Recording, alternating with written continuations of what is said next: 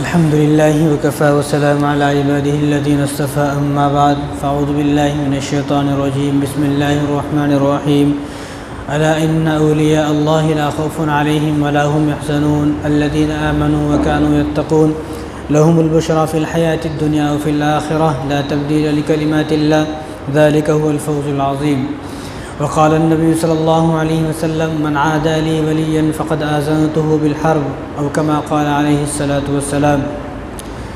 میرے محترم دوستو، عزیز ساتھیو، اللہ تبارک و تعالیٰ نے قرآن کریم کی اس آیت کے اندر فرمایا الا ان اولیاء اللہ، کہ جو اللہ کے ولی ہوتے ہیں، جو اللہ کے دوست ہوتے ہیں، لا خوف علیہم ولا هم يحزنون، نہ ان کو کوئی غم ہوتا ہے، نہ ان کو کوئی پریشانی ہوتی ہے، نہ ان کو تکلیف ہوتی ہے، دنیا میں بھی اور آخرت میں بھی، اور آخرت میں تو ان کے لیے کوئی غم ہے ہی نہیں۔ اور آگے فرمایا الذین آمنوا وکانوا یتقون، وہ کون لوگ ہیں جو ولی ہیں، جو متقی ہیں، ولی جو ہیں، اللہ کے دوست جو ہیں، وہ کون لوگ ہیں؟ الذین آمنوا وکانوا یتقون، جو ایمان لانے کے بعد گناہوں سے بچ گئے، جن کو گناہوں سے نفرت ہو گئی، جن کی زندگی پرہیزگار کی زندگی بن گئی، اور جنہوں نے اپنی زندگی میں گناہوں کو بالکل چھوڑ دیا، تو وہ بس اللہ کے دوست ہیں۔ لہم البشریٰ فی الحیات الدنیا و فی الآخرہ، دنیا میں بھی ان کے لیے خوشخبری ہے اور آخرت میں بھی ان کے لیے خوشخبری ہے، یعنی آخرت میں بھی ان کے لیے سکون کی زندگی ہے، کیا وہ جنت ہے، اور دنیا میں بھی اللہ تبارک و تعالیٰ ان کے تمام کاموں کو بنانے والے ہیں، ان کے تمام کاموں کی ذمہ داری اللہ تعالیٰ نے لے لی ہے، تو دنیا میں بھی ان کے لیے خوشخبری ہے کیونکہ اللہ تعالیٰ ان کو سکون کی زندگی عطا فرمائیں گے، اور آخرت میں بھی ان کے لیے سکون ہے کیونکہ وہاں پر جنت ہے۔ تو لہم البشریٰ فی الحیات الدنیا و فی الآخرہ، دنیا میں بھی خوشخبری اور آخرت میں بھی خوشخبری۔ لا تبدیل لکلمات اللہ، اور اللہ تبارک و تعالیٰ کا جو یہ وعدہ ہے، جو اللہ تعالیٰ کی باتیں ہیں، اور جو وعدہ اللہ تعالیٰ نے کر لیے ہیں، یہ وعدے اللہ تعالیٰ کے بدلیں گے نہیں۔ جو بات ایک بار اللہ تعالیٰ نے بول دی ہے، اللہ کی صفات سے جو بات ایک بار نکل چکی ہے، وہ بدلے گی نہیں۔ لا تبدیل لکلمات اللہ، اللہ تعالیٰ کی کوئی باتیں بدلتی نہیں ہے۔ ذالک هو الفوز العظیم، یہی بڑی کامیابی ہے، یہی تو کامیابی ہے، یعنی جو اللہ کے دوست بن گئے ان لوگوں کے لیے کامیابی ہے۔ تو اس دنیا میں بہت سارے ولی آئے، بہت سارے اللہ کے دوست آئے، تو انہی ولیوں میں سے ایک ولی ہیں، وہ کسی تعارف کے محتاج نہیں ہیں، سارے دنیا کے لوگ ان کو پہچانتے ہیں۔ وہ کون ہیں؟ وہ پیران پیر شیخ عبد القادر جیلانی، محبوب سبحانی ذل رحمانی، اور پیران پیر شیخ عبد القادر جیلانی رحمہ اللہ ان کا نام ہے۔ وہ کسی تعارف کے محتاج نہیں ہے، ساری دنیا کے مسلمانوں کے دلوں میں اللہ تعالیٰ نے ان کی محبت کو ڈالا ہوا ہے۔ لیکن مسئلہ یہ ہے کہ اللہ تعالیٰ نے ان کی محبت کو ہمارے دل میں ڈالا کیوں؟ کوئی تو وجہ ہوگی۔ جو آدمی اللہ کے قریب ہو جاتا ہے، جو آدمی دنیا سے چھوڑ کر، دنیا کی محبت سے، مال سے چھوڑ کر اللہ سے دوستی کر لیتا ہے، تو اللہ تعالیٰ اس کی محبت تمام مسلمانوں کے دل میں ڈال دیتے ہیں، مسلمان نہیں بلکہ غیر مسلموں کے دلوں میں ڈال دیتے ہیں۔ آج غیر مسلم بھی ان کو پہچانتے ہیں۔ مسلمانوں کے دل میں جتنا ان کا ادب ہے، احترام ہے، عزت ہے، اتنا ہی ادب احترام غیر مسلموں کے دلوں میں ہے۔ تو ہمیں سوچنا ہے، ہمیں یہ فکر کرنی ہے کہ اللہ تعالیٰ نے ان کی محبت کیوں ہمارے دلوں میں ڈال دی۔ وہ کام جو انہوں نے کیے، وہ آج ہر مسلمان وہ کام کر سکتا ہے۔ دنیا میں دو انسان کبھی نہیں بن سکتا، دو انسانوں کے علاوہ آدمی جو چاہے بن سکتا ہے۔ ایک نبی نہیں بن سکتا، ایک صحابی نہیں بن سکتا۔ نبی ہونے کے لیے اللہ تعالیٰ نے نبوت کا دروازہ بند کر دیا ہے۔ نبی اللہ جس کو چاہتے ہیں وہ نبی بنتا ہے۔ اب نبیوں کو جس نے دیکھا وہ صحابی ہے، اب نبی نہیں ہے تو صحابی بھی نہیں بن سکتا کوئی آدمی، نہ نبی بن سکتا ہے نہ صحابی۔ باقی ان دو کے علاوہ آدمی ہر کچھ بن سکتا ہے، ولی بن سکتا ہے، علماء بن سکتا ہے، حافظ بن سکتا ہے، بزرگ بن سکتا ہے، اللہ کا دوست، سب کچھ بن سکتا ہے۔ تو جو غوث پاک تھے شیخ عبد القادر جیلانی رحمہ اللہ، اللہ کے دوست تھے، تو اسی طرح آج کے لوگ بھی اللہ کے دوست بن سکتے ہیں۔ آج کا آدمی بھی اللہ کا ولی بن سکتا ہے۔ ولایت کا دروازہ بند نہیں ہوا، بلکہ نبوت کا دروازہ بند ہوا ہے، اور صحابی بھی نہیں بن سکتے۔ باقی ولایت کا دروازہ ہمیشہ کھلا ہے، کبھی بھی کوئی آدمی ولی بن سکتا ہے۔ ولی ہونے کی پہچان کیا ہے؟ اللہ تعالیٰ خود فرما رہے ہیں قرآن کے اندر الذین آمنوا وکانوا یتقون، کہ ایمان لانے کے بعد اور جس آدمی کو تمام گناہوں سے نفرت ہو جائے، بس وہ ولی ہے۔ اب ہر آدمی سوچ لے کہ میں گناہ کر رہا ہوں نہیں کر رہا ہوں۔ کوئی آدمی تمام گناہوں سے بچ گیا تو وہ سوچ لے میں بس ولی ہوں، کیونکہ اللہ کا فرمان ہے۔ اللہ نے ولیت کے لیے کچھ اور نہیں فرمایا، بس دو باتیں ارشاد فرمائی کہ ایمان مضبوط ہو، اس کا ایمان مضبوط ہو، ایسا ایمان ہو کہ ایمان لانے کے بعد اس کو تمام گناہوں سے نفرت ہو کہ بس یہ ولی ہے، کسی چیز کی ضرورت نہیں ہے۔ اب یہ کوئی پیر فقیر جو ہے انگوٹھیاں پہننے کی ضرورت نہیں ہے، لمبے بال رکھنے کی ضرورت نہیں ہے، جبہ قبہ پہننے کی ضرورت نہیں ہے، ہوا میں اڑنے کی ضرورت نہیں ہے، پانی پر چلنے کی ضرورت نہیں ہے، ان تمام چیزوں کی ضرورت نہیں ہے۔ بس آدمی کو تمام گناہوں سے نفرت ہو جائے اور اللہ تبارک و تعالیٰ کے احکام کی پابندی کرے، بس وہ ولی ہے۔ تو ان ولیوں میں سے ایک ولی شیخ عبد القادر جیلانی رحمہ اللہ، جن کی وفات اسی مہینے میں ہے، اسی مہینے کی 11 تاریخ یعنی 11 ربیع الثانی اور 561 ہجری میں ان کی وفات ہے، اور 21 فروری اور 1166 عیسوی میں ان کی وفات ہے۔ اور جو ان کی ولادت ہے، جو پیدا ہوئے وہ فرسٹ رمضان کو پیدا ہوئے، فرسٹ رمضان 470 ہجری کو پیدا ہوئے، اور جو عیسوی کے حساب سے لگائیں جنوری فروری کے لحاظ سے وہ 23 مارچ 1078 کو پیدا ہوئے آپ کی جو ولادت ہے۔ تو آپ جب پیدا ہوئے کب؟ 1 رمضان کو پیدا ہوئے۔ یہ دنیا کا واحد بچہ ہے کہ جس نے پیدا ہونے کے بعد دودھ نہیں پیا، یعنی رمضان میں پیدا ہوئے۔ تو رمضان میں کب دودھ پیتے تھے آپ؟ شیخ عبد القادر جیلانی رحمہ اللہ کب دودھ پیتے تھے؟ صبح سحری میں دودھ پیتے تھے، اس کے بعد افطاری میں دودھ پیتے تھے، پوری رات دودھ پیتے تھے۔ لیکن جب روزہ بند ہو گیا، اب سحری کا وقت ختم ہو گیا، افطاری تک آپ دودھ نہیں پیتے تھے۔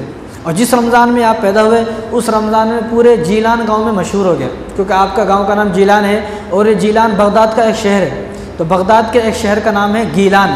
تو اردو میں گاف آتا ہے، عربی میں گاف نہیں آتا، عربی میں گاف کی جگہ جیم کو پڑھا جاتا ہے، اس لیے آپ کے گاؤں کا نام اصل ہے گیلان، لیکن اس کو جیلان کہا جاتا ہے۔ تو اب آپ اپنے گاؤں میں گیلان میں پیدا ہوئے تو سارے میں مشہور ہو گیا کہ ایک بچہ ہے وہ رمضان میں پیدا ہوا، لیکن رمضان میں دودھ نہیں پیتا، وہ جب تک صبح سحری سے لے کے افطاری تک دودھ نہیں پیتا ہے۔ تو سارے میں مشہور ہو گیا پورے گاؤں میں۔ تو اب جب مشہور ہو گیا تو عید کا دن آیا، 29 روزے ہو گئے۔ اب 29 روزے ہونے کے بعد بعض لوگ بول رہے تھے بھائی چاند ہو گیا کل عید ہے، بعض لوگ یہ بول رہے تھے بھائی چاند نہیں ہوا 30 روزے رکھنے کا ہے۔ تو آپس میں اختلاف ہوا، بچہ ہوا ہے فرسٹ رمضان میں، اور وہ بچہ رمضان میں دودھ نہیں پیتا ہے، جب روزے کی حالت ہوتی ہے روزے کی حالت میں دودھ نہیں پیتا ہے، لہٰذا اس کے گھر کو جا کر دیکھو، عید کا دن ہے، 29 روزے ہو گئے، اب 30واں جو روزہ ہے 30واں دن ہے، ان کے گھر جا کے دیکھا اور آپ کی والدہ سے پوچھا ام الخیر فاطمہ سے کہ آپ کے بچے نے دودھ پیا؟ تو انہوں نے فرمایا کہ ہاں آج ہمارے بچے نے دودھ پیا ہے۔ تو تمام لوگوں نے اقرار کر لیا کہ جس بچے نے 29 دن تک دن میں دودھ نہیں پیا، آج دن میں 30ویں دن دودھ پیا ہے، تو یہ سمجھ میں آیا کہ آج عید کا دن ہے، کل چاند نظر آ گیا ہے۔ کیونکہ اس زمانے میں یہ ٹیکنیک نہیں تھی جو اب دوربین سے دیکھتے ہیں کس طرح دیکھنے کی، وہ زمانے میں نہیں تھی وہ سب، تو چاند دکھتا تھا تو آدمی روزہ شروع کر دیتے تھے، نہ نہیں دکھتا تھا تو کوئی بات نہیں، دکھے تو عید ہے، نہیں دکھے تو نہیں ہے، ایک روزہ اور رکھ لیں گے۔ تو اس زمانے میں وہ ٹیکنیک نہیں تھی جو آج طریقے ہیں دیکھنے کے۔ تو اس زمانے کے لوگوں نے صرف شیخ عبد القادر جیلانی رحمہ اللہ جو بالکل 1 مہینے کے ہیں ابھی، تو انہوں نے دن میں دودھ پیا تو تمام لوگوں نے اس بات کو تسلیم کر لیا کہ بھئی آج عید ہے، تمام لوگوں نے عید منا لی۔ یہ دنیا کا واحد بچہ ہے کہ جس نے رمضان المبارک کے پورے 29 دنوں میں دودھ نہیں پیا، صرف افطاری کے وقت دودھ پیتے تھے آپ، پوری رات سحری کے وقت آپ دودھ بالکل نہیں پیتے تھے، سحری سے لے کے افطاری تک، یہ واحد بچہ ہے۔ تو آپ کے جو والد صاحب ہیں ان کا نام ہے شیخ موسیٰ ابو صالح جنگی دوست، اور جو آپ کی والدہ ہیں ان کا نام ہے ام الخیر فاطمہ، اور آپ کے ایک چھوٹے بھائی بھی ہیں جن کا نام ہے شیخ صالح عبداللہ صالح جن کا نام ہے، آپ 2 بھائی ہیں۔ تو جب آپ کے جو والد صاحب ہیں نا، دیکھو جب بچے اتنے نیک جب ہوتے ہیں، جب والدین نیک ہو، والدین اگر نیک نہیں ہیں تو بچے بھی نیک پیدا نہیں ہوتے۔ اب ان کے والد صاحب کتنے نیک ہیں، اب ان کے والد صاحب کا کام کیا تھا؟ کچھ بھی کام نہیں ہے، صرف ایک کام تھا، صبح سے شام تک لوگوں کو مسجد کی طرف بلانا، لوگوں کو دین کی دعوت دینا، لوگوں کو توحید کی دعوت دینا، اور جو لوگ اللہ سے دور چلے گئے ان کو مسجد میں لانا، صراط مستقیم پر چلانا، بس یہی کام تھا ان کا، دوسرا کون بھی کام نہیں تھا۔ تو ایک دن گلی سے جا رہے تھے تو وقت کا بادشاہ تھا وہ، اب اس کے جو بادشاہ تھے تو بادشاہ کے جو فوجی تھے تو وہ فوجی شراب کے مٹکر لے کے جا رہے تھے، شراب کے مٹکے لے کر جا رہے تھے۔ تو انہوں نے راستے میں پوچھ لیا بھائی یہ کیا ہے؟ انہوں نے کہا کہ اس میں شراب ہے اور بادشاہ کے لیے لے کے جا رہے ہیں۔ ان کا اچھا، انہوں نے اپنے پاس جو عصا تھا وہ عصا لیا اور اس عصا سے سارے مٹکے پھوڑ دیے۔ اب انہیں بھی حیران ہو گئے، یہ بادشاہ کے مٹکے تم نے پھوڑ دیے، ٹھیک ہے ہم تمہارے بادشاہ سے شکایت کریں گے۔ اور بادشاہ کے پاس گئے فوجی کہ فلاں آدمی نے تو آپ کے مٹکے توڑ دیے، اس میں شراب تھی۔ تو بادشاہ نے حکم دیا کہ ان کو بلاؤ۔ یہ کون ہے؟ یہ شیخ عبد القادر جیلانی کے والد صاحب ہیں، تو ان کو بلائے گا۔ تو بلایا، کہا بھی تمہاری اتنی ہمت کہ تم نے ہمارے مٹکے توڑ دیے ہیں، یہ کیوں کیا تم نے؟ یہ ایسا کیوں کیا تم نے؟ انہوں نے کہا کہ یہ میری ذمہ داری میرے اللہ نے لگائی ہے، یہ میری ذمہ داری اللہ نے لگائی ہے۔ کیوں؟ کیونکہ میرا کام یہ ہے کہ لوگوں کو گناہ سے بچانا۔ آپ شراب پئیں گے، گناہ کریں گے، اور شراب اسلام میں حرام ہے، اور میں آپ کو اس گناہ سے، حرام کام سے بچانا چاہتا ہوں، بس یہ میری ذمہ داری ہے، اور یہ میری ڈیوٹی، میری ذمہ داری میرے اللہ نے لگائی ہے۔ تو بادشاہ کو بھی یہ بات سمجھ میں آ گئی کہ یہ ہمارا خیر خواہ ہے، کوئی دشمن نہیں ہے، یہ ہمارا دوست ہے، ہمارا خیر خواہ ہے۔ تو بادشاہ نے اسی وقت توبہ کر لی، یعنی ان کی آواز میں، ان کی جملوں میں، ان کے الفاظ میں کیا ان کی قوت تھی، کیا طاقت تھی، کیا تاثیر تھی کہ بادشاہ بھی سدھر گیا۔ اب اسی طرح کا وہ واقعہ ہے، سیب کا واقعہ سب نے سنا ہے۔ اب وہ اسی طرح دین کی دعوت دیتے ہوئے کنارے سے جا رہے تھے دریا کے، اور دریا کے کنارے میں دریا میں جو ہے کنارے سے جب جا رہے تھے تو دریا میں بہتا ہوا ایک سیب آیا، اس سیب کو کھا لیا۔ تو آپ فکر مند ہوئے کہ بھئی میں نے کسی کا سیب کھا لیا بنا اجازت کے، کل قیامت کے دن اگر جس کا یہ سیب ہے، سیب کا جو مالک ہے، اگر اس نے کل قیامت کے دن اللہ تعالیٰ کے سامنے آ کر اور میرے سامنے اور مجھے اللہ تعالیٰ کے سامنے پکڑ لیا کہ تو نے میری بنا اجازت کے بغیر اجازت کے سیب کھا لیا، اللہ حساب دے، تو میں کہاں سے حساب دوں گا؟ تو مجھے کیا کرنا چاہیے؟ مجھے یہ کرنا چاہیے کہ میں اس کے پاس جاؤں گا اور معافی مانگوں گا کہ میں نے آپ کا باغ کا ایک سیب بغیر اجازت کے کھا لیا ہے۔ یہاں تو ہم لوگوں نے پوری زمینیں ہڑپ لی ہیں، دوسروں کی زمینوں پر قبضہ کر لیا ہے اور دوسروں کا مال پر قبضہ کر کے سانپ کی طرح بیٹھے ہوئے ہیں، لیکن کبھی بھی ذہن میں یہ خیال نہیں آیا کہ کل قیامت کے دن اللہ تعالیٰ کے سامنے حساب دینا ہے۔ ان کے والد صاحب صرف ایک سیب کھائے، ایسا نہیں پورا باغ پہ قبضہ کر لیے، ایک سیب کھائے، لیکن فکر یہ ہوئی کہ قیامت کے دن اگر اس نے سوال کر لیا کہ میرا سیب بغیر اجازت کے کھایا تو میں کیا کروں گا؟ اب وہ تلاش میں گئے ہیں، یہاں کوئی سیب کا باغ ہوگا، کنارے پر چلتے رہے، کافی دور دیکھا تو ایک سیب کا باغ تھا۔ اب وہ سیب کے باغ والے کے پاس گئے، انہوں نے کہا کہ میں نے آپ کا باغ کا ایک سیب بنا اجازت کے کھایا، آپ مجھے معاف کر دیں۔ تو انہوں نے پوچھا، وہ کون تھے؟ وہ عبداللہ سومئی تھے، وہ شیخ عبد القادر جیلانی کے نانا تھے۔ انہوں نے پوچھا آپ کہاں سے آئے ہو؟ انہوں نے کہا کہ میں تو فلاں بغداد سے آیا ہوں، فلاں میرا گاؤں ہے۔ وہ بھی سمجھ گئے دل میں کہ ایک آدمی جب اتنی دور سے ایک سیب کی معافی کے لیے آیا ہے، یہ زمانہ تو وہ ہے کہ یہاں تو لوگ جو ہے چوریاں کرتے ہیں، ڈاکے ڈالتے ہیں، اور لوگوں کو جو ہے اس وقت میں جو جانور تھے، لوگ رات میں آتے تھے، لوگوں کے جانور چرا کے لے کے جاتے تھے۔ یہاں ایک آدمی ایک سیب کے واسطے اتنی دور آیا ہے اور معافی مانگنا چاہتا ہے، تو لہٰذا یہ آدمی کوئی عام آدمی نہیں ہے، یہ بڑا خاص آدمی ہے، بڑا نیک آدمی ہے۔ لہٰذا اب انہوں نے دل میں سوچا، انہوں نے کہا کہ میں تمہیں معاف تو کر دوں گا لیکن میری 2 شرطیں ہیں۔ انہوں نے کہا کہ عجیب بات ہے، میں تو معافی کرانا ہوں، آپ 2 شرط کہ میری 2 شرطیں ہیں۔ ایک شرط تو یہ ہے کہ 10 سال تک میرے باغ کی خدمت کرنا ہے۔ دوسری شرط کیا ہے؟ انہوں نے کہا کہ پہلے تم 10 سال تک باغ کی خدمت کرو، دوسری شرط بعد میں بتاؤں گا۔ اب انہوں نے سوچا کہ 10 سال کی خدمت کرنا یہ آسان ہے، قیامت کے دن اگر اس سیب کی وجہ سے اللہ تعالیٰ نے میری پکڑ فرما لی تو جہنم، وہ تو اس سے بھی زیادہ خطرناک منظر ہے، تو یہ تو آسان ہے کہ میں 10 سال باغ کی خدمت کر لوں گا ایک سیب کے کھانے پر۔ اور یہاں تو نہ جانے کتنے لوگوں کی ہم نے جو ہے چوریاں کر لی، کتنے لوگوں کے پیسے دبا لیے، کتنے لوگوں کی جو ہے کوئی زیورات دبا لیے، گھروں میں جو ہے ہم چوری کر رہے ہیں رات دن، لیکن ہمیں یہ خیال نہیں آیا کبھی بھی کہ قیامت کے دن ہم اس کو کر کے بھول گئے اور ہم آئندہ بھول بھی جائیں گے 2-4 سال کے بعد، لیکن یہ جو چوری ہے، جو قبضہ ہے، ہمارے نامہ اعمال میں لکھ دیا گیا ہے، قیامت کے دن کھولا جائے گا۔ انہوں نے کہا کہ ٹھیک ہے 10 سال تک خدمت کروں گا۔ تو آپ نے عبداللہ سومئی کے باغ میں 10 سال تک خدمت کی، سیب کا باغ۔ اب وہ 10 سال کے بعد آئے، 10 سال کے بعد انہوں نے کہا کہ ٹھیک ہے آپ نے 10 سال تک میرے باغ کی خدمت کی ہے، ذرا جا کے لے کے آؤ، ایک سیب لے کر آؤ تاکہ کیسی خدمت کی ہے۔ اب وہ سیب انہوں نے دیکھا نہیں، وہ ہمیشہ نیچے دیکھتے تھے، کبھی سیب کی باغ کی طرف سیب کی طرف دیکھا نہیں، وہ گئے ایک سیب کو توڑ کر لائے، ان کو دے دیا۔ اب عبداللہ سومئی نے اس سیب کو کھایا تو وہ سیب نہایت ہی کھٹا تھا، بہت زیادہ کھٹا تھا، وہ حیران ہو گئے، 10 سال تیرے کو باغ کی خدمت کرتے کرتے ہو گئے، تیرے کو یہ نہیں معلوم آج تک کہ میٹھا سیب کون سا رہتا ہے، کھٹا سیب کون سا رہتا ہے؟ انہوں نے کہا حضرت میں نے ایک سیب کھایا تھا، اس سیب کی کھانے کی سزا میں آج تک بھگت رہا ہوں، اور اس کے بعد میں نے دوسرا سیب کھایا نہیں، کیونکہ میں ایک سیب میں نے کھایا، اس کی سزا کو بھگتتے بھگتتے مجھے 10 سال ہو گئے، اگر میں دوسرا سیب بھی کھا لیتا تو میں گنہگار ہو جاتا، لہذا آپ نے مجھ سے کہا بھی نہیں، میں نے آپ سے اجازت بھی نہیں لی، اور نہ مجھے ضرورت ہے آپ کے سیب کے کھانے کی، میں یہاں پر صرف سے جو باغ ہے باغ کی خدمت کے لیے آیا ہوں، سیب کھانے کے واسطے نہیں آیا، لہذا نہ میں نے کبھی سیب کو دیکھا ہے، نہ مجھے پتا ہے وہ توڑنے والے جن کو آپ بھیجا تھا وہ آتے ہیں توڑ کے چلے جاتے ہیں، مجھے نہیں معلوم سیب کھٹا کون سا رہتا، بس میرا کام کیا ہے، ان جھاڑوں کو صاف کرنا ہے، درخت کی صاف صفائی ہے، پانی ڈالنا ہے، بس یہ میرا کام ہے، کوئی جانور یہاں پر نہ گھس جائے، یہ میرا کام ہے بس، اور دوسرا میرا کام نہیں ہے، میں نے اپنا وہ کام بخوبی انجام دیا ہے، لہذا مجھے نہیں معلوم کہ سیب کھٹا کون سا ہے، میٹھا کون سا ہے۔ وہ ان کے اور زیادہ ان کے دل میں محبت پیدا ہو گئی،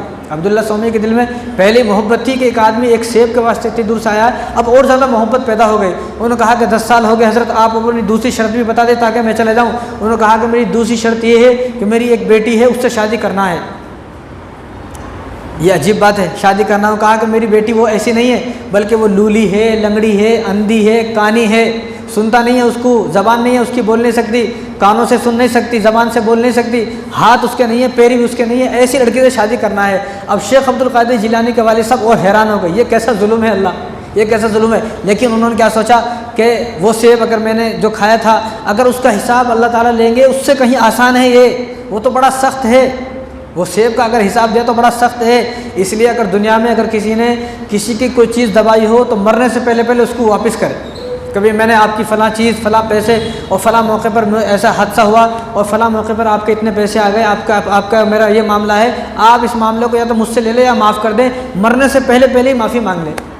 ورنہ یہ دیکھو، یہ کوئی عام آدمی نہیں ہے، یہ وقت کے محدث ہیں، وقت کے ولی ہیں، یہ ان کو معلوم ہے یہ بات، جنہوں نے کتابیں پڑھی ہیں، جو علماء سے وابستہ رہتے ہیں، ان کو پتہ ہوتا ہے کہ اگر کسی کی 1 روپیہ بھی بنا اجازت کے میں نے استعمال کر لیا تو اس کا حساب کتنا سخت ہے، ان کو معلوم تھا۔ تو اب ان کے دل میں اور زیادہ محبت پیدا ہو گئی۔ جو عبداللہ سومی تھے، شیخ عبدالقادر جیلانی کے نانا تھے، انہوں نے کہا کہ میری بیٹی سے شادی کرنا ہے۔ اب وہ تیار ہو گئے، بھئی یہ تو آسان ہے شادی کرنا، وہاں تو پھنس جاؤں گا قیامت کے دن، یہ آسان ہوگا، ٹھیک ہے میں شادی کر لیتا ہوں۔ اب انہوں نے 10 سال کیوں کہا کہ تمہیں میری باغ میں 10 سال خدمت کرنی ہے، ایسا کیوں کہا؟ اس لیے کہا کہ جب یہ آئے تھے عبداللہ سومی، شیخ عبدالقادر جیلانی کے والد صاحب جب معافی مانگنے آئے تھے عبداللہ سومی کے پاس، تو جب یہ آئے تھے انہوں نے کہا کہ 10 سال میرے باغ کی خدمت کرنی ہے۔ یہ اس لیے کہا کہ ان کی جو بیٹی تھی اس وقت صرف 5-6 سال کی تھی۔ انہوں نے پہلے ہی سوچ لیا اتنا نیک آدمی ہے، اس نیک آدمی کو میں اپنے باغ میں 10 سال یہاں پر رکھوں گا، واقعی میں نیک ہے تو اگر یہ 10 سال تک یہاں پر رکا اور میری بیٹی اس وقت 5-6 سال کی ہے تو اگلے 10 سال کے بعد میری بیٹی 15-16 سال کی ہو جائے گی تو میں اپنی بیٹی کی شادی ان سے کروں گا۔ یہ ان کے دماغ میں تھا، یہ ذہن میں تھا۔ یہاں کیا ہے، یہاں شادی کے واسطے بینک بیلنس دیکھتے، بچے کے پاس کتنا پیسہ ہے، یہاں انہوں نے دیکھا نہیں۔ شیخ عبدالقادر جیلانی کے جو نانا تھے انہوں نے اپنے داماد کے بارے میں دیکھا نہیں کہ ان کے پاس کیا ہے، بینک بیلنس ہے، پیسے ہے نہیں ہے، کچھ بھی نہیں دیکھا، صرف یہ دیکھا کہ یہ آدمی امانت دار ہے، یہ آدمی نیک ہے، نہایت ہی اچھا آدمی ہے، یہ اتنی دور سے ایک سیب کا واسطہ آیا، کتنا نیک آدمی ہے، میں اسی نیک آدمی کو اپنی بیٹی کی شادی کروں گا۔ اب وہ 10 سال کے بعد بیٹی 16 سال کی ہو گئی، اب اپنی بیٹی کی شادی کی۔ جب شادی کی تو آپ سے فرمایا گیا کہ آپ کی بیٹی فلاں روم میں ہے، آپ چلے جاؤ۔ جب وہاں گئے تو دیکھا کہ وہ نہایت خوبصورت ایک لڑکی بیٹھی ہوئی ہے وہاں پر، جو شیخ عبدالقادر جیلانی کی والدہ ہیں ام الخیر فاطمہ، وہاں پر بیٹھی ہوئی ہیں۔ اب یہ حیران ہو گئے، جب انہوں نے دیکھا تو بھاگ کر آ گئے، انہوں نے کہا کہ حضرت ظلم ہو گیا، ایک میں نے غلطی کی تھی اس کی سزا 10 سال سے بھگت رہا ہوں، آج مجھ سے پھر دوسری غلطی ہو گئی۔ کیا غلطی ہو گئی؟ یہ غلطی ہو گئی کہ آپ نے جیسا کہا تھا وہ لڑکی نہیں ہے، دوسری لڑکی کے پاس میں چلا گیا، شاید یہ آپ کی دوسری لڑکی ہے، میرے کو تو وہ لڑکی لا کر دو جس سے میری شادی ہوئی ہے۔ تو عبداللہ سومی نے کہا کہ یہی میری لڑکی ہے، لیکن آپ جھوٹ بول رہے ہو، آپ نے کہا تھا میری لڑکی اندھی ہے، کانی ہے، لولی ہے، لنگڑی ہے، یہ تو بالکل صحیح سلامت ہے، خوبصورت ہے۔ انہوں نے کہا یہ عجیب بات ہے، کاش کہ ہماری عورتوں کی آواز سمجھ میں آ جائے۔ انہوں نے کہا کہ میں نے اندھی اس لیے کہا کہ میری بیٹی نے اپنی ان آنکھوں سے کبھی کسی غیر محرم کی طرف دیکھا نہیں، کبھی کسی غیر محرم کی طرف، اور یہاں تو ہماری عورتیں خود آدمی کی شوہر کی صرف ویٹنگ ہے، صبح شوہر کی گھر سے جانے کی دیری ہے، بس وہ صبح باٹ دیکھ رہی ہے کہ کب جو ہے گھر سے باہر نکلے شوہر، کب میرے کو جو ہے مارکیٹ میں جانے کا ہے۔ یہاں شیخ عبدالقادر جیلانی کی جو والدہ ہیں وہ کتنی نیک ہیں، والد صاحب یہ فرما رہے ہیں کہ میں نے اندھی اس لیے کہا کہ انہوں نے اپنی آنکھوں سے کبھی کسی غیر محرم کی طرف دیکھا نہیں، اور میں نے ان کو لولی ہاتھ نہیں ہے، لولی ہے اس لیے کہا کہ انہوں نے اپنے ان ہاتھوں سے کبھی کسی حرام مال کو نہیں چھوا ہے، کبھی کسی غیر محرم کو چھوا نہیں ہے، اور میں نے لنگڑی اس لیے کہا کہ ان کے پیر نہیں ہے کہ اپنے پیر سے کبھی میری اجازت کے بنا اپنے گھر سے باہر نہیں گئی، اگر کہیں جانے کی نوبت آئی تو مجھ سے اجازت لینے کے بعد ہی گھر سے باہر جاتی ہیں، ورنہ میری اجازت کے بنا کبھی گھر سے باہر نہیں گئی۔ اور میں نے اندھی اور بہری اس لیے کہا کہ ان کانوں سے کبھی کسی کی برائی نہیں سنی، زبان سے کبھی کسی کی غیبت نہیں کی، زبان سے کسی کی برائی نہیں کی، زبان سے کسی کو گالی گفتار نہیں دی، نہ اپنے کانوں سے کسی کی برائی سنی ہے اور نہ اپنی زبان سے کسی کی برائی کی ہے، میں نے اس لیے کہا ہے۔ تو کتنی نیک تھی۔ جب اتنے نیک والدین ہوتے ہیں تو جب نیک بچے پیدا ہوتے ہیں، اب والدین اب کیسے ہیں، اب والدہ کیسی ہے، بچہ ہے، شادی ہو گئی، شادی کے بعد جب تک وہ بچہ نہیں ہو جاتا 9 مہینے تک، پورے 9 مہینے ٹی وی کے سامنے ہے، سارے سیریل، ساری فلمیں، سارے گانے دیکھ لیے۔ اب 9 مہینے کے بعد بچہ ہوا، اور وہ بچہ بدماش پیدا ہوگا، نیک پیدا ہوگا، ہر آدمی فیصلہ کر سکتا ہے۔ اب شیخ عبدالقادر جیلانی جو ہے ان کی شادی ہوئی، شادی کے بعد آپ جو ہے آپ کی ولادت ہوئی، آپ پیدا ہو گئے، آپ تھوڑے بڑے ہوئے 2-4 سال کے، تو والد صاحب کا بھی انتقال ہو گیا۔ اب والد صاحب کا جب انتقال ہو گیا تو آپ کو کس نے پالا؟ آپ کے دادا عبداللہ سومی نے آپ کو پالا۔ تو جب 4 سال کی آپ کی عمر ہو گئی تو جب شادی ہوئی تھی، جب آپ پیدا نہیں ہوئے تھے تو شادی سے پہلے دونوں نے، جو شیخ عبدالقادر جیلانی کے والد صاحب ہیں شیخ موسیٰ ابو صالح اور جو والدہ ہیں ام الخیر فاطمہ، دونوں نے یہ ارادہ کیا کہ جو ہمارا بچہ پیدا ہوگا ہم اس کو عالم بنائیں گے۔ کیا بنائیں گے؟ ہم اس کو عالم بنائیں گے، حافظ بنائیں گے۔ لیکن اب کیا ہوتا؟ عالم حافظ نہیں بنانے کا ہے، اسکول میں بنا کے بہترین اس کو ڈگری دلانے کا ہے۔ اب ڈگری لے لیا پھر بھی انہیں بیچارہ اب بھی تلاش میں، اس کو اب بھی کام نہیں مل رہے، اس کی دنیا بھی خراب، اگر اس کے پاس تعلیم نہیں ہے، تربیت نہیں ہے، دنیا بھی خراب، آخرت بھی خراب۔ اب دونوں نے، ابھی بچہ ہوا نہیں ہے، بچہ ہونے سے پہلے دونوں نے ارادہ یہ کر لیا کہ ہم اپنے بچوں کو عالم بنانا ہے، حافظ بنانا ہے، اپنے بچوں کو دینی پڑھائی پڑھانا ہے، دینی تعلیم دینا ہے، قرآن کا حافظ بنانا ہے، وہ تعلیم دینا ہے جس تعلیم کو رسول اللہ صلی اللہ علیہ وسلم چھوڑ کر گئے ہیں۔ اب جب آپ کی عمر 4 سال کی ہو گئی، اب یہ مسجد میں والدہ جو ہیں وہ 4 سال کی جب عمر ہو گئی تو شیخ عبد القادر جیلانی کو مسجد مدرسے میں چھوڑنے گئی کہ بھائی اب قاری صاحب 4 سال کا بچہ ہو گیا، ذرا اس کو پڑھا دیں۔ اور انہوں نے کہا کہ قاری صاحب نے بھائی پڑھو، اعوذ باللہ من الشیطان الرجیم، وہ پڑھانے والے تھے، ان سے پہلے ہی شیخ عبد القادر جیلانی نے اعوذ باللہ بسم اللہ پڑھا اور 18 پارے بنا دیکھے سنا دیے۔ وہ بچہ، جس بچے نے کبھی قاعدہ ہاتھ میں نہیں لیا، جس بچے نے کبھی عربی ہاتھ میں نہیں لی، 18 پارہ حفظ سنا دیا، انہیں بھی حیران ہو گئے۔ جو قاری صاحب تھے وہ بھی حیران ہو گئے، بھئی یہ کیا مان رہا ہے؟ تیری والدہ، تیری امی یہ بول رہی تھی کہ اس کو اعوذ باللہ بسم اللہ پڑھانا ہے، تو حافظ قرآن ہے، تیرے تو 18 پارے حفظ سنا دیے، یہ تو نے کہا کہ 18 پارہ حفظ؟ تو شیخ عبد القادر جیلانی نے کہا کہ میرے والدہ کو 18 پارے جو قرآن کے وہ حفظ یاد ہیں۔ جب میں پیٹ میں تھا تو میری والدہ ہمیشہ یہ 18 پارے حفظ یاد تھے، ہمیشہ پڑھتی رہتی تھی، اور جب میری ولادت ہو گئی، جب اب میری والدہ جو بھی کام کرتی رہتی ہیں اور 18 پارے جو حفظ ہیں وہ حفظ پڑھتی رہتی ہیں، میں نے سن کے ان کے وہ 18 پارے جو حفظ یاد ہیں وہ سن کے میرے بھی یاد ہو گئے۔ والدہ کے 18 پارے حفظ یاد ہیں اور یہاں بچوں کو سن کر یاد ہو گئے۔ یہاں والدہ کو، یہاں اس زمانے میں تو والدہ کو 4 کلمے بھی یاد نہیں ہے، بچوں کو بھی 4 کلمے بھی یاد نہیں ہے۔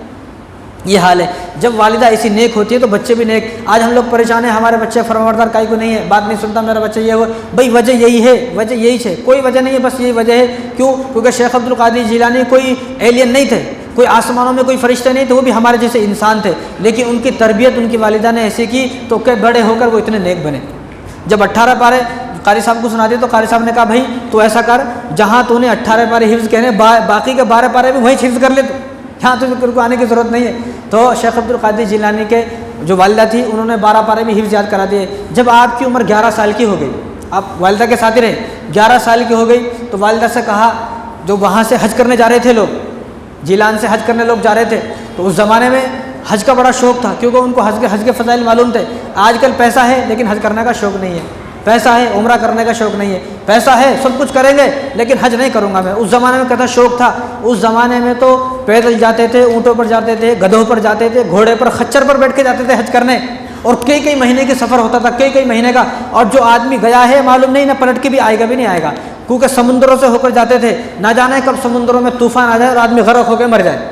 اب یہاں 11 سال کی عمر ہے، 11 سال کی عمر میں آپ نے یہ کہا کہ مجھے حج پر جانا ہے، مجھے حج پر جانے دا والدہ سے۔ والدہ نے کہا کہ بیٹا ایک تیرا بھائی ہے، چھوٹا ہے، تیری عمر 11 سال کی ہے، میرا دیکھ بھال کرنے والا کون بھی نہیں ہے، میں نہیں چاہتی تو مت جا، میں چاہتی ہوں کہ تو نہ جائے، میری راضی نہیں ہے۔ انہوں نے کہا کہ ٹھیک ہے والدہ، جو آپ نے کہا وہ ٹھیک ہے۔ ہم لوگ ہوتے حج پہ جا رہا ہوں میں، والدہ کو فون کر کے بول دے میں حج کو جا رہا ہوں، اس کو بولنے کی بھی اجازت لینے کی بھی ضرورت نہیں، یہاں والدہ سے اجازت لی جا رہی ہے۔ تو والدہ نے منع کر دیا کہ آپ نہ جائیں۔ تو رات ہوئی، عشاء کے بعد عشاء کی نماز پڑھی اور چھت پر چلے گئے، اور چھت پر جانے کے بعد روتے رہے، کاش کہ میری والدہ مجھے اجازت دیتی تو میں بھی حج کرنے جاتا۔ تو اللہ تعالیٰ کو ان کا رونا اتنا پسند آیا کہ وہ ایسے بیٹھے ہوئے تھے، دعا کر رہے تھے، اللہ تعالیٰ نے جو کعبہ ہے، کعبے سے لے کر بغداد تک تمام چیزوں کو، تمام پردے کو ہٹا دیا، اور شیخ عبد القادر جیلانی رحمہ اللہ نے اپنے گھر سے بیٹھ کر کعبے کا دیدار کیا ہے۔ اللہ تعالیٰ نے سارے پردے ہٹا دیے، وہیں بیٹھ کر ماں کی دعاؤں کی برکت، ماں کی بات ماننے کی برکت یہ ہوئی، اور اللہ سے دعا مانگ رہے ہیں۔ کس سے؟ اللہ سے دعا مانگ رہے ہیں، کسی پیر فقیر بابا سے دعا نہیں مانگ رہے، اللہ سے دعا مانگی اور والدین کی بات ماننے کا اثر یہ ہوا کہ اللہ نے بیت اللہ شریف تک سارے پردوں کو ہٹا دیا، اور بغداد سے یہاں بیٹھے ہوئے بغداد میں، اور آپ نے بغداد میں بیٹھے ہوئے اپنے گھر پر بیٹھ کر جو ہے بیت اللہ شریف کا دیدار کیا۔ اور جب آپ کی عمر 12 سال کی ہو، 1 سال کے بعد والدہ سے کہا کہ آپ نے مجھے حج پر بھی نہیں جانے دیا، اور میرا دل یہ کرتا ہے کہ میں حافظ قرآن تو بن گیا، میں آگے عالم بنوں، اور آگے میں رسول اللہ صلی اللہ علیہ وسلم کی حدیثوں کو یاد کروں اور اس سے علم دین کو اپنے دل کے اندر سماؤں، تو آپ مجھے اجازت دیں میں بغداد میں مدرسے میں چلا جاؤں، مدرسے میں جا کر جو ہے تعلیم حاصل کروں۔ تو والدہ نے منع کیا، نہیں میں اکیلی ہوں، تیرے بنا میرا دل نہیں لگتا ہے، میری تمہیں اجازت نہیں ہے تو مدرسے میں جائے۔ ٹھیک ہے، کیا کہا کہ ٹھیک ہے جو آپ بولتی ہو، مجھے وہ راضی ہے، آپ نہیں چاہتی میں نہیں جاتا ہوں۔ یہاں اگر کوئی بچہ رہتا تو لڑائیاں ہو جاتی، یہاں تو بچہ وہ کالج میں پہنچنے کے بعد فون کرتا ہے، ماں خود فون کرتی ہے کہاں ہے بیٹا تو نظر نہیں آیا صبح سے، انہوں نے بولتا میں تو کالج میں آ گیا، کب گیا کہ نہیں معلوم۔ یہاں یہ حال ہے، اور یہاں والدہ نے منع کیا کہ بیٹا میری اجازت نہیں ہے، بات مانی، رات میں سو گئے. رات میں جب سو گئے تو والدہ جو ہے ام الخیر فاطمہ، کیا نام ہے؟ ام الخیر فاطمہ. ام الخیر کیوں نام پڑا ان کا؟ کیونکہ خیر کی جتنی بھی عادتیں ہیں وہ ساری ان کے اندر تھی. جن چیزوں سے خیر پھیلتا ہے، لوگوں کے ساتھ خیر خواہی کرنا، حسن سلوک کرنا، لوگوں کے ساتھ لوگوں کے کام آنا، لوگوں کے کام کرنا، لوگوں کے ساتھ اچھائی کا معاملہ کرنا، ہمدردی کرنا، یہ ساری باتیں شیخ عبد القادر جیلانی کی والدہ کے اندر ساری باتیں تھیں. اس لیے ان کا نام کیا پڑ گیا؟ ام الخیر فاطمہ، خیروں کی ماں. خیر کوئی ان کے بیٹے نہیں تھے. خیر کی ماں کا مطلب یہ نہیں ان کی کوئی بیٹی تھی ان کا نام خیر تھا. خیر کا مطلب یہ ہے کہ جتنی بھی بھلائیاں ہیں، جتنی بھی اچھی عادتیں ہیں، وہ ساری اچھی عادتیں ان کی والدہ کے اندر موجود تھی. اس لیے ان کا نام ام الخیر. فاطمہ بعد میں آتا ہے، نام تو فاطمہ ہے لیکن پورا نام کیا ہے؟ ام الخیر فاطمہ. فاطمہ جو ہے ام الخیر، خیر کی ماں. اب رات میں جب سو گئی والدہ تو والدہ کے خواب میں حضور آ گئے. کون ہے؟ حضور خواب میں آ گئے والدہ کے. تو والدہ سے کہا کہ آپ فکر نہ کریں، آپ فکر نہ کریں، یہ میرا حکم ہے کہ آپ شیخ عبد القادر جیلانی کو تعلیم کے واسطے بغداد بھیج دیں. صبح اٹھی والدہ، اٹھتے کہا بیٹا تیاری کرو اور چلے جاؤ. وہ بھی حیران ہو گئے، کل تک تو آپ منع کر رہی تھی نا، یہ کیا ہوا آج اچانک سے صبح صبح میرے کو بول رہی ہیں بغداد جاؤ، مدرسے میں علم حاصل کرو. انہوں نے کہا کہ رات میرے خواب میں حضور آئے تھے اور حضور نے کہا کہ تمہیں علم حاصل کرنا ہے، کیونکہ اللہ تعالیٰ کو ان کے ذریعے سے پورے عالم کے اندر دین کو پھیلانا تھا. تو جب دین کو پھیلانا ہے تو مدرسے میں تو جانا پڑے گا. بنا عالم ہی اچھی طرح دین کو پھیلا سکتا ہے. آپ بھی دین کو نہیں پھیلا سکتا. ایک عام آدمی، ایک ایسا آدمی جس کے پاس دین کا علم نہیں ہے، جس آدمی کو قرآن کا ترجمہ نہیں معلوم، رسول اللہ صلی اللہ علیہ وسلم کی احادیث نہیں معلوم، وہ اپنا ایمان بچا لے تو بہت بڑی بات ہے. اور دوسرا کا ایمان بچانے کی فکر نہ کرے، پہلے وہ اپنا ایمان بچا لے، اپنے عقیدے بچا لے. باقی پوری دنیا کے اندر جو دین پھیلائے گا، جو دین کو عام کرے گا، بیانات کے ذریعے سے، تحریر کے ذریعے سے، خطابت کے ذریعے سے، وہ ایک عالم کا کام ہے. تو حضور صلی اللہ علیہ وسلم کو معلوم تھا جب تک عبد القادر عالم نہیں بنے گا دین کو نہیں پھیلا سکتا ہے. تو آپ بغداد کے اندر چلے گئے اور بغداد کے اندر جو مدرسہ تھا وہ ابو سعید مخزومی رحمۃ اللہ علیہ، بہت بڑے اس وقت کے بادشاہ، اس وقت کے شیخ الحدیث تھے، وہ اس وقت کے بہت بڑے بزرگ تھے. ان کا مدرسہ تھا، مدرسہ کا نام تھا جامعہ نظامیہ. وہاں آپ نے تعلیم حاصل کی. جب آپ 18 سال کے ہو گئے تو آپ عالم بھی بن گئے. 18 سال کی عمر میں آپ عالم بن گئے اور 18 سال کے جب آپ عالم بن گئے تو ابو سعید مخزومی رحمۃ اللہ علیہ کی وفات ہو گئی. ان کی وفات کے بعد جو 50 سال سے بخاری شریف پڑھا رہے ہیں اور ان کا وہاں پر کیا ان کا مقام ہوگا، کیا وہاں پر ان کا جو ہے ایک نام تھا، وہ بڑے مشہور تھے بغداد کے اندر کہ یہاں کے اس وقت کے جو بڑے عالم ہیں وہ ابو سعید مخزومی ہے. جب ابو سعید مخزومی رحمۃ اللہ علیہ کا انتقال ہوا اور یہ شیخ عبد القادر جیلانی صرف 18 سال کے ہیں، ان کی وفات کے بعد ان 18 سال کے ایک لڑکے کو، جوان لڑکے کو ان کی گدی پر بٹھایا گیا. جب یہ ان کی گدی پر بیٹھے، ان کی مسند پر بیٹھے اور انہوں نے بخاری شریف کا درس دیا تو پورے بغداد کے اندر شور ہو گیا کہ 18 سال کا نوجوان لڑکا بخاری شریف پڑھا رہا ہے. سب لوگ حیران ہو گئے کہ یہ کیا ہوا. تو لوگ ان کے پاس آتے تھے. تو جب آپ طالب علم کا زمانہ تھا تو آپ مدرسے میں پڑھ رہے تھے تو اس وقت ایک بزرگ تھے شیخ محمد، ان کا نام ہے شیخ محمد غوث. وہ بزرگ کا نام شیخ محمد غوث تھا. تو وہ ایسے ان کی جو کرامات تھی وہ یہ تھی، وہ اچانک آتے تھے، اچانک ظاہر ہو جاتے تھے، اچانک ظاہر ہوتے، اچانک غائب. ابھی بیٹھے ہوئے پھر اچانک غائب ہو جاتے تھے. تو ان کے بارے میں بڑا مشہور تھا. آپ جو ہے جب مدرسے میں پڑھ رہے تھے تو آپ 3 دوست تھے. آپ کے جو دوست تھے نا، ایک کا نام ابن سقا ہے، شیخ عبد القادر جیلانی کے جو دوست تھے، کلاس میٹ تھے، ابن سقا.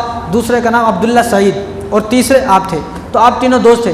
تو جب آپ کو معلوم ہوا کہ بغداد کے اندر ایک بہت بڑے بزرگ ہے تو ایک دن ارادہ کیا کہ بھائی جمعرات کو جائیں گے، ان بزرگ سے مل کر آئیں گے. تو ان کے جو دوست تھے ابن سقا، اس نے کہا کہ میں ایسے سخت سوال کروں گا، ان کے پاس جا رہے ہیں نا، مجھے یقین نہیں ہے وہ بزرگ ہے کہ نہیں ہے، لیکن میں ان سے ایسے سخت سوال کروں گا کہ جن سوالوں کا وہ جواب ہی نہ دے سکے. میں ایسے سخت سوال کروں گا.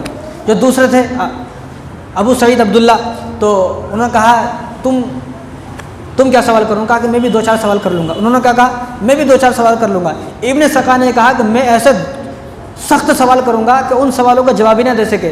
بعض لوگ جو یہاں بھی آتے ہیں، مسجدوں میں بھی اسی ارادے سے آتے ہیں کہ میں امام صاحب سے، مولوی صاحب سے جا کر ایسے سخت سوال کروں گا کہ سوال جو ہے سلام کا میرے سوال کا جواب ہی نہ دے سکے. یہ کبھی نہ سوچے، یہ تکبر کی علامت ہے. جس آدمی نے یہ سوچا ان بزرگ کے بارے میں، اس کا کیا ہوا اب یہ دیکھیں. آپ کو اگر کوئی مسئلہ پیش آیا ہے، بھائی مولوی صاحب میرے ساتھ یہ مسئلہ پیش آیا، آپ بتا سکتے ہیں کیا؟ پوچھیں. لیکن آزمانے کے لیے، اس کو نیچا دکھانے کے لیے، اس کو ذلیل کرنے کے واسطے کوئی مسئلہ پوچھنا، یہ تکبر کی علامت ہے. اور ایسا آدمی آج تو مسئلہ پوچھ رہا ہے، کل اس قابل بھی نہیں رہے گا وہ کسی کو منہ بھی دکھا سکے. ابن سقا نے کیا کہا کہ میں ایسے سخت سوال کروں گا کہ میرے سوالوں کو وہ جواب بھی نہیں دے سکتے. ٹھیک ہے، اب یہ تینوں آ رہے ہیں. شیخ عبد القادر جیلانی سے ان دونوں نے کہا آپ کیا کریں؟ کہا کہ نہیں مجھے کوئی سوال کرنے کی ضرورت نہیں ہے، بس وہ بزرگ ہیں، ان کا دیدار ہو جائے، ان کی زیارت ہو جائے، میرے لیے یہ بہت بڑی بات ہے. اب یہ ان کے پاس آ گئے. جب ان کے حجرے میں آئے، ان کے پاس آئے، ان کی خانقاہ میں آئے تو انہوں نے، وہ بیٹھے ہوئے تھے، ان کا چہرہ غصے سے ایک دم لال تھا. آنکھوں سے خون نکلنے والا تھا. انہوں نے کہا کہ ابن سقا تو کیا بولتا تھا؟ انہوں نے پہلے ہی بتا دیا. ابن سقا تو کیا بولتا تھا کہ میں ایسے سخت سوال کروں گا کہ جواب بھی نہ دے سکوں. تیرا سوال یہ ہے، اس کا جواب یہ ہے. اس نے بتایا نہیں، اس کے بتانے سے پہلے ہی جو شیخ محمد غوث تھے بغداد کے بزرگ، انہوں نے کہا کہ تیرا سوال یہ ہے اور اس سوال کا جواب بھی یہ ہے، لیکن ایک بات سنتا جا کہ مجھے تیرے اندر سے کفر کی بو آ رہی ہے. مجھے تیرے اندر سے کس کی؟ کفر کی بو آ رہی ہے، کفر محسوس ہو رہا ہے. لیکن وہ سمجھ نہیں سکا. تو ابو سعید عبداللہ تھے، تو ابو سعید عبداللہ سے کہا کہ تو کیا کہتا تھا؟ تو بھی سوال کر لے گا؟ ٹھیک ہے، تیرا سوال یہ ہے اور اس کا جواب بھی ہے. ان کا بھی سوال دیا، سوال کا جواب بھی دیا، اور کہا کہ ایک وقت ایسا آئے گا کہ چاروں طرف تیری دنیا ہی دنیا ہوگی. تو چاہے گا عمل کرنا، نیک کام کرنا، اچھے کام کرنا، نماز پڑھنا، لیکن تیری چاروں طرف اتنی دنیا ہوگی تو چاہ کر بھی عمل نہیں کر سکتا ہے. پھر آپ شیخ عبد القادر جیلانی کی طرف متوجہ ہوئے. انہوں نے کہا کہ میں دیکھ رہا ہوں ایک وقت ایسا آئے گا کہ بغداد کے ممبر پر تم بیٹھو گے. حالانکہ یہ ابھی 14-15 سال کے ہیں، چھوٹے بچے ہیں، ان کو نہیں معلوم تعلیم حاصل کر رہے ہیں. یہ بھی حیران ہو گئے، کیا کیسی بات کر رہے ہیں. کہا کہ ایک وقت ایسا آئے گا کہ بغداد کے ممبر پر تم بیٹھو گے. اب یہ تینوں چلے گئے، تینوں دوست تھے نا، مل کر ملاقات کر کے چلے گئے. تو ابو سعید عبداللہ تھے.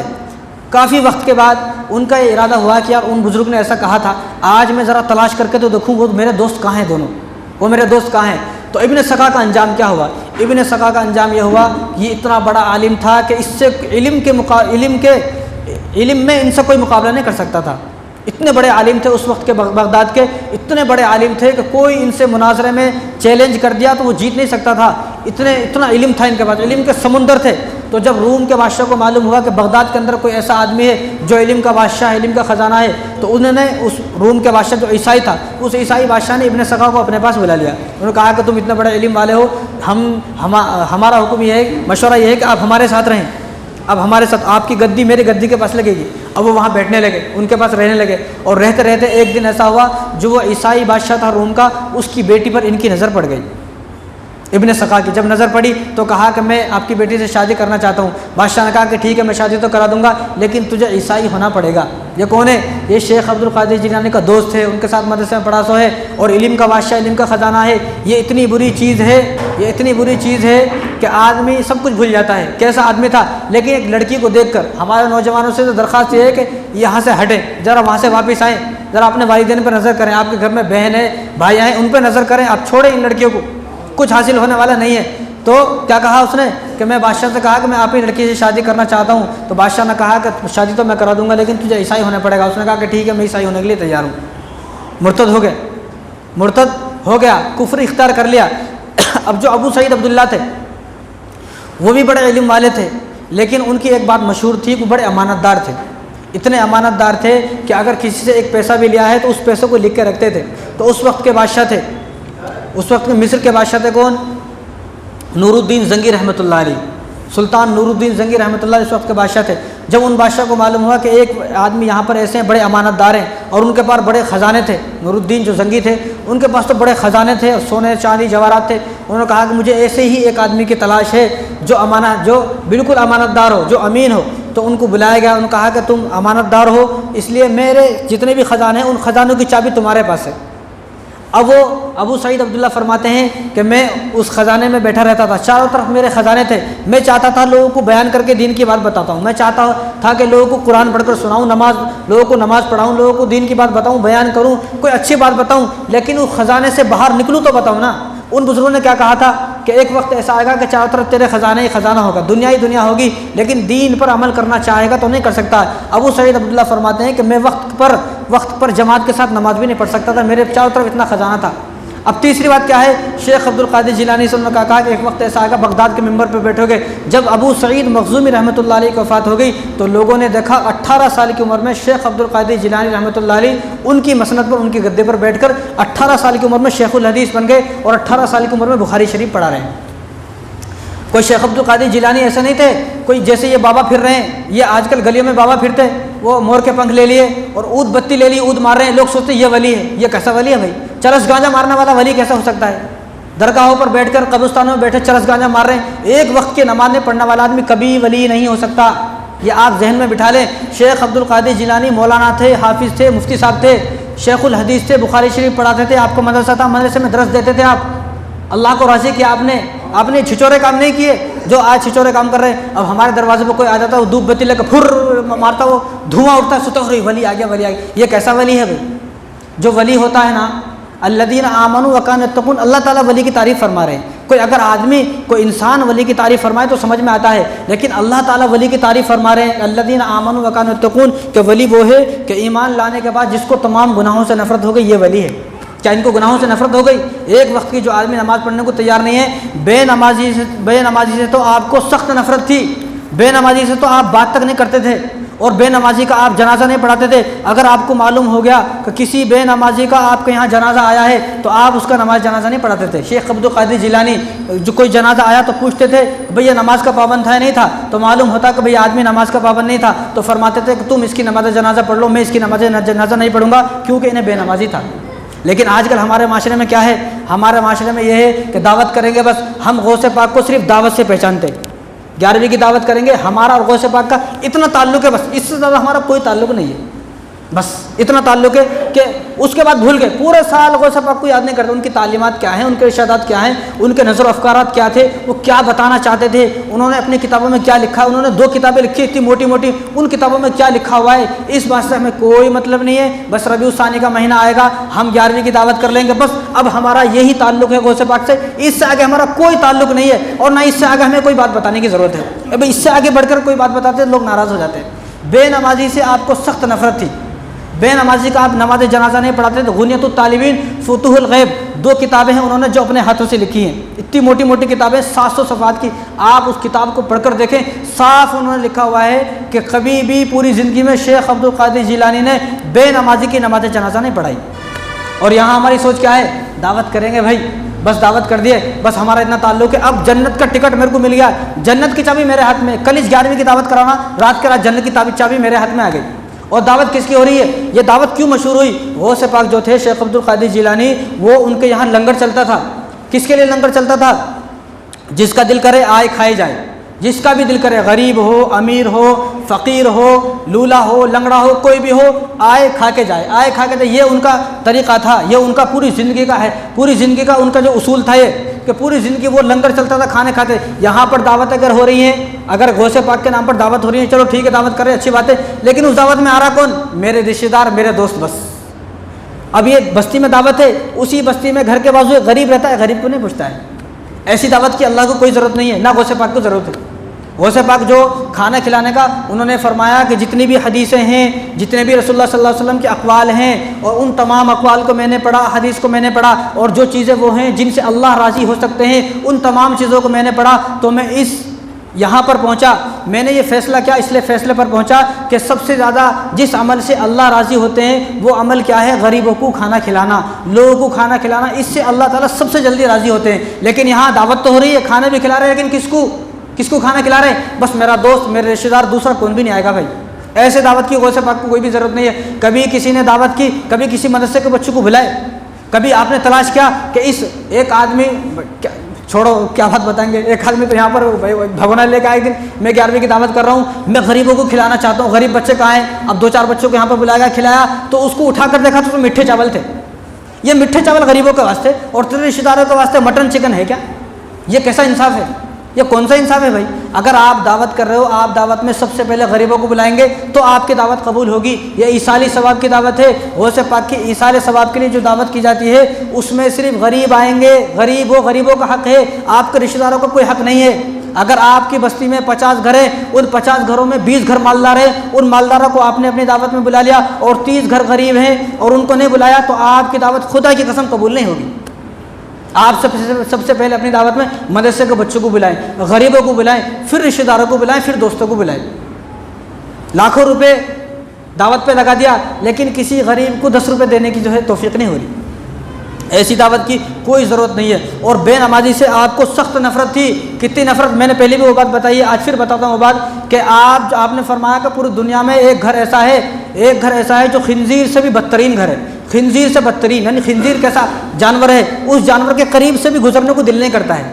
قریب سے بھی کوئی آدمی نہیں گزرتا ہے، اگر سامنے کوئی آدمی جا رہا ہے دیکھا خنزیر ہے تو راستہ کاٹ کے دوسرے راستے سے چلا جاتا آدمی، اتنی نفرت ہے اس سے۔ اور غوث پاک فرما رہے ہیں، غنیۃ الطالبین کی کتاب ہے کہ کچھ گھر دنیا میں ایسے ہیں وہ خنزیر سے بھی بدترین ہیں۔ تو آپ کے جو مریدین تھے انہوں نے پوچھا کہ وہ کون سا گھر ہے، تو آپ نے فرمایا کہ وہ گھر ہے جس گھر میں بے نمازی موجود ہے، جس گھر کے اندر بے نمازی رہتے ہیں وہ گھر خنزیر سے بھی بدترین گھر ہے وہ۔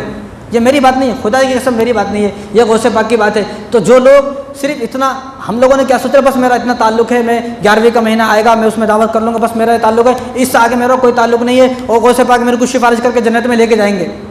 غوث پاک سفارش کیسے کریں گے بھائی؟ ساری زندگی چوری کرا، ساری زندگی زنا کرا، ساری زندگی شراب پیا، ساری زندگی ڈاکے ڈالا، ساری زندگی لوگوں کی برائی کرا، غیبت کرا، دھوکہ دیا، بیوی کو مارا، بچوں کو مارا، اور ساری زندگی سارے گناہ کرے، اور پھر یہ سوچنا کہ مرنے کے بعد شیخ عبد القادر جیلانی میری سفارش کریں گے۔ کوئی سفارش نہیں کریں گے تمہاری، جب تک سفارش کب کریں گے؟ سفارش جب کریں گے وہ جب ان کے کہی ہوئے باتوں پر عمل کیا جائے تو سفارش کریں گے۔ اور سفارش قیامت کے دن کس کی جائے گی؟ آپ نے پڑھا نہیں؟ آیت الکرسی اٹھا کر دیکھیں آپ، آیت الکرسی میں ایک آیت ہے سب کو یاد ہے، من ذا الذی یشفع عندہ الا باذنہ، اللہ تعالیٰ جس کے بارے میں اجازت دیں گے سفارش صرف اس کی جائے گی۔ اللہ تعالیٰ جس کو اجازت دیں گے، یعنی جو آدمی اللہ کو پسند ہے اس کی اجازت دیں گے اللہ کہ بھائی اس کی سفارش کی جائے تاکہ آپ کی سفارش سے جنت میں آئے۔ اور آگے فرمایا وَلَا يَشْفَعُونَ إِلَّا لِمَنِ ارْتَضَىٰ، اللہ تعالیٰ جس سے راضی ہوں گے صرف اسی کی سفارش ہوگی۔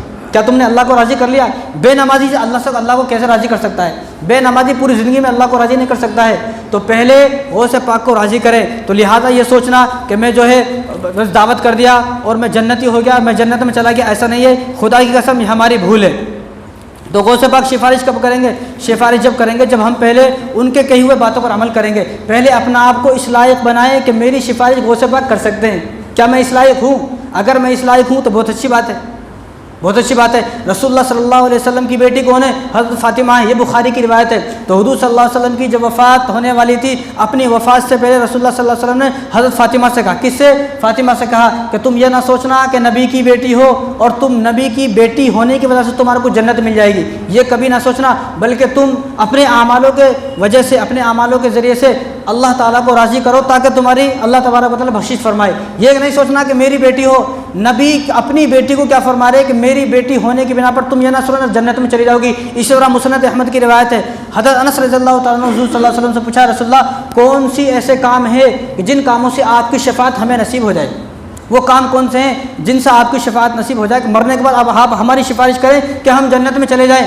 کون سی بات؟ تو حضور صلی اللہ علیہ وسلم ارشاد فرمایا، اگر تم یہ چاہتے ہو قیامت کے دن میں تمہاری سفارش کروں، یہ مسند احمد کی روایت ہے، حضور نے ارشاد فرمایا تم سجدوں سے میری مدد کرو۔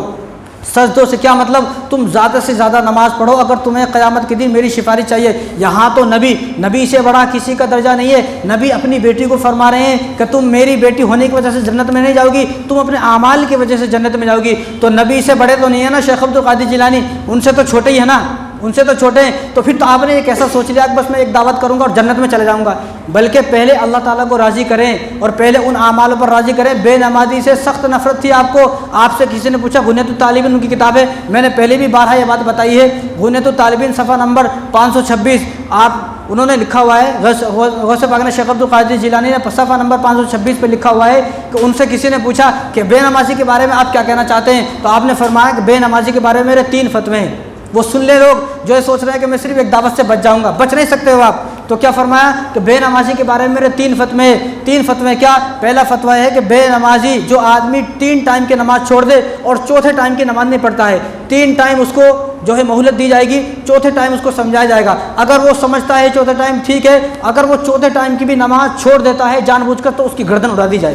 یہ کس کا فتویٰ ہے؟ یہ غوث پاک کا فتویٰ ہے، یہ میرا نہیں ہے۔ اور ہمارا حال کیا ہے؟ ہم ہفتے میں 1 دن نماز پڑھتے بس جمعے کی، نہیں تو کسی دن فجر کی پڑھ لیتے، کسی دن مغرب کی پڑھ لیتے، بس اس سے زیادہ۔ تو فرمایا کہ میرے 3 فتوے ہیں۔ سب سے پہلا فتویٰ یہ ہے کہ جو آدمی جان بوجھ کر نماز چھوڑ دیتا ہے وہ آدمی کافر ہو گیا۔ کس کا فتویٰ ہے؟ یہ شیخ عبد القادر جیلانی کا فتویٰ ہے کہ جس آدمی نے نماز کو 1 وقت کی نماز چھوڑ دی جان بوجھ کر وہ آدمی کافر ہو گیا۔ اور دوسرا فتویٰ کیا ہے؟ دوسرا یہ ہے کہ اس کی نماز جنازہ نہ پڑھی جائے۔ اور آپ نے پوری زندگی میں کبھی کسی بے نمازی کی نماز جنازہ نہیں پڑھائی کہ اس کی نماز جنازہ نہ پڑھی جائے۔ تیسرا فتویٰ کیا ہے؟ تیسرا فتویٰ یہ ہے کہ اس کو مسلمانوں کے قبرستان میں دفن نہ کیا جائے، اس کو غیر مسلموں کے عیسائی اور یہودیوں کے قبرستان میں دفن کیا جائے، یہاں اس کو مسلمانوں کی قبر میں دفن نہ کیا جائے۔ کیوں؟ کیونکہ جب ایک بے نمازی کو دفن کیا جاتا ہے اس کے اوپر جو عذاب ہوتا ہے، اس کے آس پاس جو 40 قبریں ہیں وہ قبر والے اگر نیک بھی ہیں تو بھی ان کو تکلیف پہنچتی ہے۔ اس لیے آپ نے فرمایا کہ اس بے نمازی کو مسلمانوں کے قبرستان میں دفن نہ کیا جائے۔ اس لیے جو لوگ یہ سوچ رہے ہیں کہ میں ایک دعوت کرنے سے بچ جاؤں گا، بس میں نے غوث پاک کو راضی کر لیا ہے، یہ اس شیطانی وہم کو اپنے دماغ سے نکالیں۔ پہلے ان کے تعلیمات پر ارشاد کریں، ان کے تعلیمات پر عمل کریں، ان کی ارشادات پر عمل کریں، ان کی کہی ہوئی باتوں کو اپنی زندگی میں اپنائیں پہلے، تب جو ہے آپ کی دعوت قابل قبول ہے۔ اگر آپ دعوت کر رہے ہو، صرف اپنے دوستوں کو بلا رہے ہو، رشتہ داروں کو بلا رہے ہو، غریبوں کو آپ بلانے کو تیار نہیں ہو، ایسی دعوت کو غوث پاک کی کوئی ضرورت نہیں ہے۔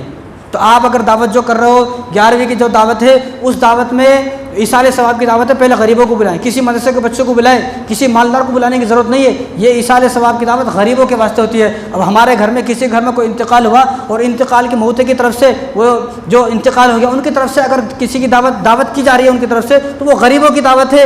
اس دعوت میں غریب آئیں گے، ہمارے لیے ولیمے کی دعوت ہے، شادی کی دعوت ہے، عقیقے کی دعوت ہے ہمارے لیے اور بہت ساری دعوتیں ہمارے لیے، لیکن یہ جو دعوت ہے ایصال ثواب کی، اس دعوت پر صرف غریب کا حق ہے۔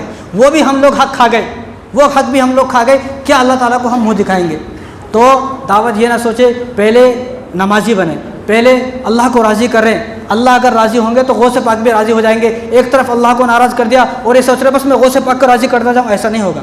تو اللہ تعالیٰ ہم سب کو انہی باتوں پر عمل کرنے کی توفیق عطا فرمائے۔ وما علینا الا البلاغ۔